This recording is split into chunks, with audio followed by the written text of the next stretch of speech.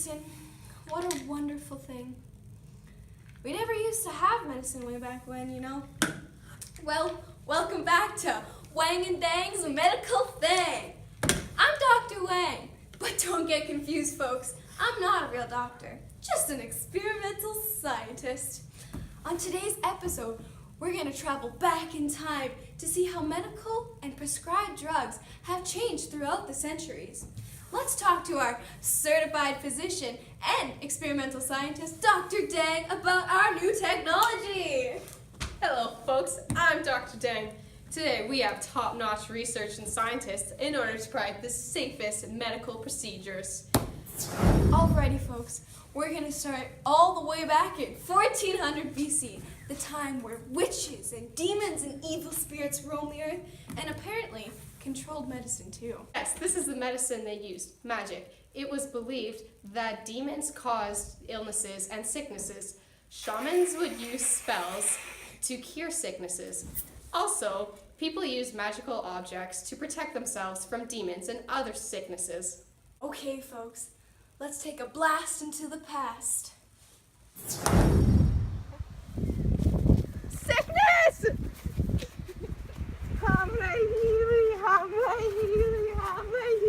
Heal! I'm healed! Next came the Egyptians in 1500 BC. They were said to be the first ones to introduce physicians. They believed medicine and magic worked hand in hand.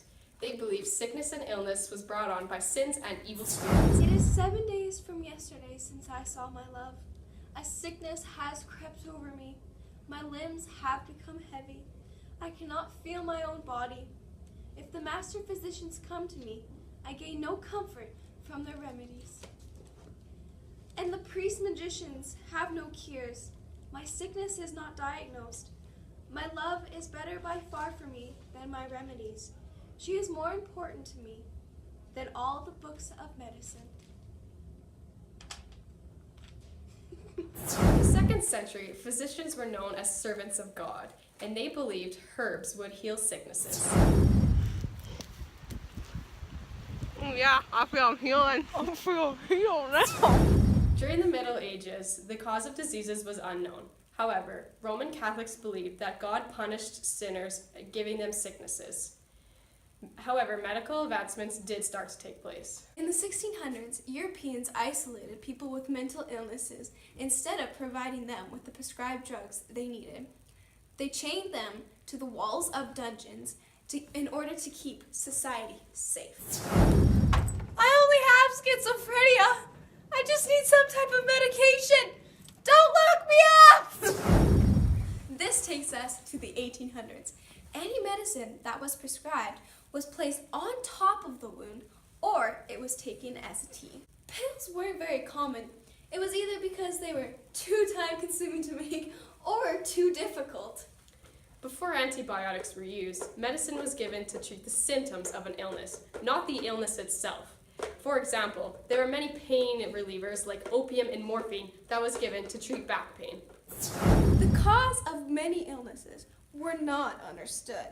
In fact, most doctors had their own preference of treatment, and this was mainly based on their own experience, not necessarily on medical research. It also wasn't uncommon for patients to try their own home remedies before they went to the doctor. For example, people would keep water in radium-laced buckets and drink this tainted water to cure illnesses like arthritis. However, this was a horrible idea, and people started to drop dead from this miracle water. Today, there is now safer medications that can be taken for this illness. Oh my God, I feel so good. How do you feel? I feel good.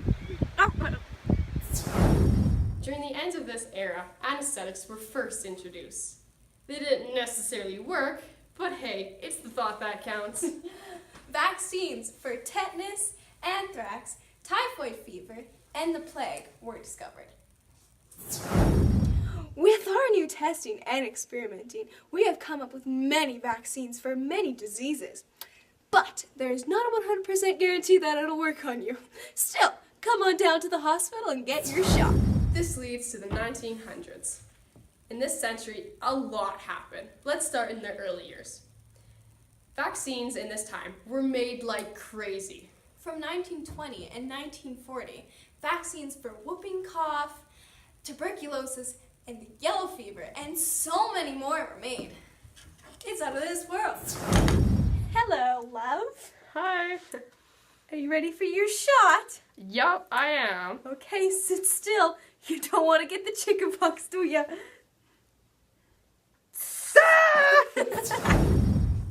During this time, they did lots of experimenting and trials. They often experimented with pills, anesthetics, and IVs. During this time, surgeries became more popular. This called for more drugs. This is where pharmacists came into place. With our research advancements, there is now medication for any type of illness you can think of. There is also prescriptions that you can get for side effects of these drugs. Scientists select large biomolecules or cancer cells. Then they search for molecules that will either disrupt or kill the cell.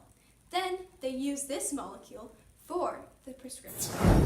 By adding this base into this acid, I will create a cure for something. Unknown, but something. It's great!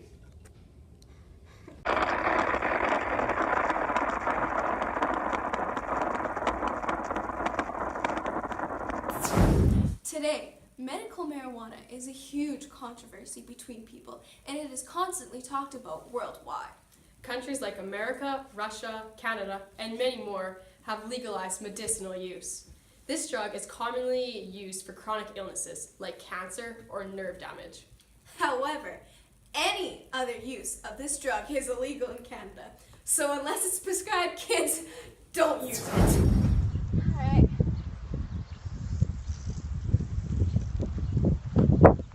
Hey, man. Hey, You gonna buy some medicinal marijuana? you bet I am. Alright. Let me see your card there, buddy. Uh-huh. Yeah. Looks pretty authentic to me. I'll take it to the good stuff. Thank you. Right over here, buddy. Look how nice and lush and green this is. Oh, thanks, man. Lasts you for a while there, buddy. I really need it. You know, my back's been hurting lately. Oh, yeah. Thanks, bud. Great. Have fun with it, bud. You too, see ya. Well, folks, that's all we have for today on Wang and Dang's Medical Thang. Come back next time and we're going to teach you about the reproduction system.